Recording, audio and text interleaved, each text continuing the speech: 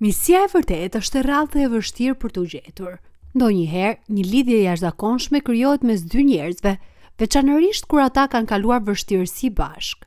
E tillë ishte mesia mes Liam dhe Bradleyt, një lidhje që shkonte përtej të zakonshmes. Duke qëndruar e fortë në një botë ku misiat shpesh zbehen, Liam dhe Bradley u rritën në një lagje të varfër ku fëmijët shpesh luanin në rrugë dhe para se të fillonin shkollën.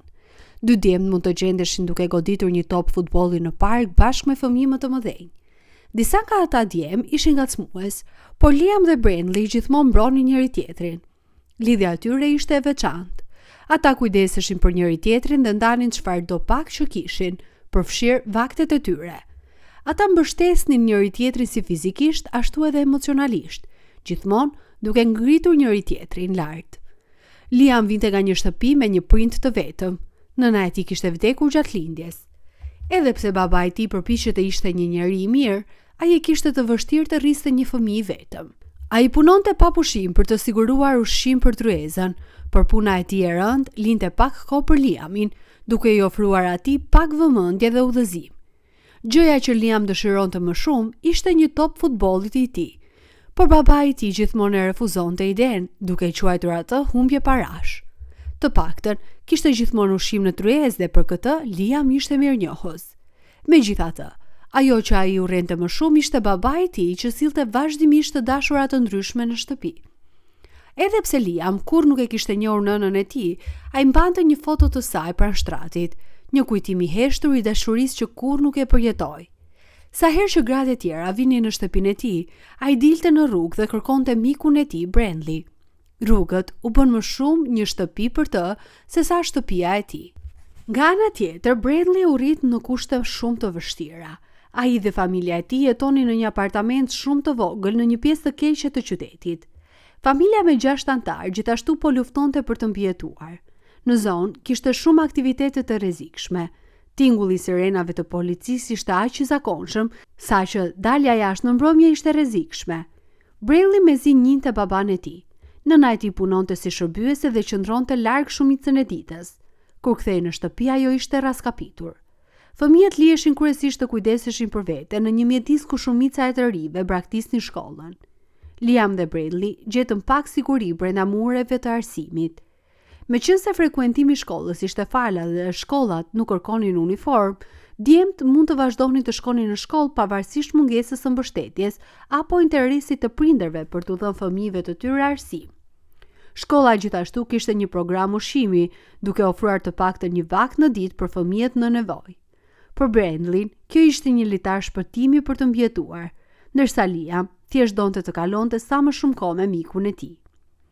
Misia mes Liam dhe Bradley u forcua me kalimin e viteve. Duke qenë miq që nga mosha rreth 6 vjeç, tani ata ishin si vëllezër gjaku në moshën 15 vjeçare. Bradley ishte një djalë shumë i zgjuar dhe shkëlqente në lëndë si matematika dhe shkenca. Një mësues i dhëmshëm në shkollën e tyre vuri re këtë djalë dhe mori në kujdesin e tij. Ai e inkurajonte të punonte fort sepse kishte potencial për të bërë mjek ose shkencëtar. Ai madje i ofroi të jepte mësim shtesë pas shkolle falas. Liam vinte bashkë me të, edhe pse nuk ja dilte aq mirë në këto lëndë. Ai bënte çmos të mësonte gjithashtu. Ditët e vetme kur nuk ishte pranë mikut të tij, ishin ditët kur stërvitej për futboll. Ai ishte shumë i mirë në këtë lojë, të cilën e luante që nga fëmijëria në rrugët e lagjes. Sa herë që kishte një ndeshje futbolli, Bradley ishte aty duke brohuritur për mikun e tij. Ai ishte mbështetësi numër 1 dhe miku më i mirë i Liamit. Sa herë që Bradley i duhej diçka që nuk mund ta përballonte, Liam gjente disa para dhe ia jepte mikut të tij. Ishte një rast kur Liamit i duheshin këpucë të reja futbolli, por kur pa që këpucët e Bradleyt po mbeteshin të vogla, përdori paratë e tij të fundit për të blerë një palë këpucë të reja për mikun e tij. Misia mes Liam dhe Bradleyt mbulonte realitetin e jetëve të tyre të vështira. Si djemë adoleshent, ata ishin të destinuar të bëshin thjesht një statistik tjetër e braktisjes së shkollës nga një komunitet i varfër. Jeta e tyre familjare ishte larg ideales. Në fakt, djemtë ishin të neglizhuar si fizikisht ashtu edhe emocionalisht. Liam veçanërisht ishte i vetmohues. Kur Bradley mungoi në shkollë për një javë, Liam u shqetësua dhe i kërkoi mësuesit të hetonte. Ata zbuluan se Bradley ishte në spital. Babai i tij e kishte rrahur duke i thyer brinjët. Liam e vizitonte çdo ditë duke i sjellë Brandley detyrat e shkollës. Lidhja e tyre mbeti e fortë, por në moshën 16 vjeçare tragjedia goditi. Babai i Liamit vdiq në një aksident. Pa familje të afërt, Liamit ju desh të largohej. Lamtumira e tyre ishte zemërthyese. Pavarësisht besimit se djemt nuk duhet të qajnë, ata u kapën pas njëri tjetrit duke qarë dhe u zotuan të mbeteshin miq për jetë.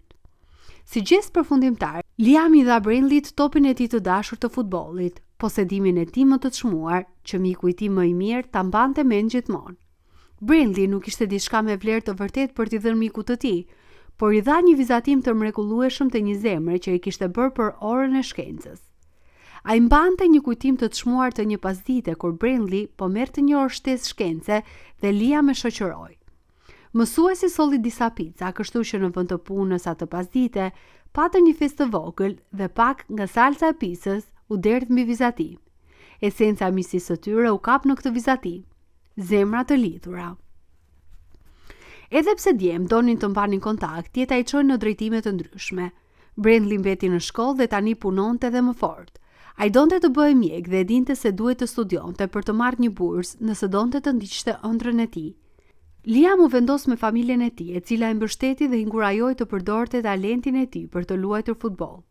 Ai u bë një lojtar yll në shkollën e tij të re.